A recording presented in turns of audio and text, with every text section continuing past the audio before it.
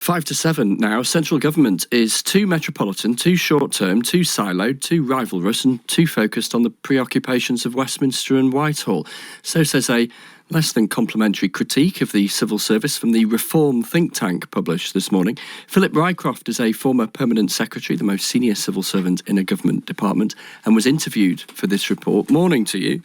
Good morning. Whitehall structures would be familiar to Gladstone, says this report, which suggests there's a scope for a shake-up.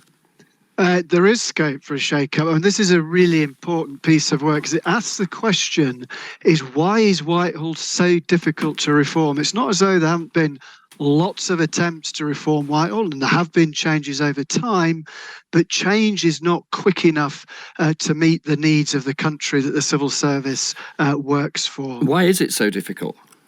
I think there are three things here. One is the gravitational pull of big policy. People like me got out of bed in the morning to make big policy, to work on big policy with ministers, the adrenaline kick you get from that.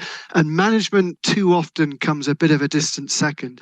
Second thing is people think of Whitehall as a big monolith. It's not. It's a series of baronies heaped up around secretaries of state. And the centre's actually quite weak, and that makes pushing reform through the system very difficult. But the third thing, and this is really, really important, is a sort of lack of political will. For most ministers, this is not a high priority.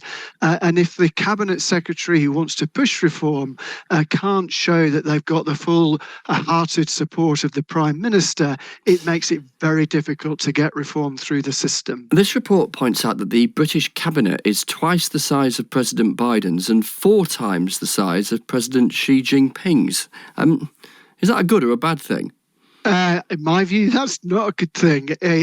Too many ministers trying to do too much. I mean, one of the big features of Whitehall, of course, it does a load of stuff that would be done way better locally or regionally. And we see that even in the reports over the last couple of days, the Prime Minister sort of intervening, worrying about 20 mile per hour zones in towns and cities up and down the country.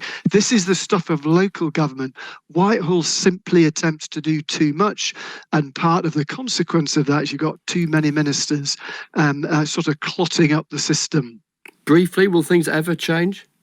Oh, they can change and they will change, but this report demonstrates the sort of barriers to change that need to be overcome. It's a great piece of work. Thanks for your time.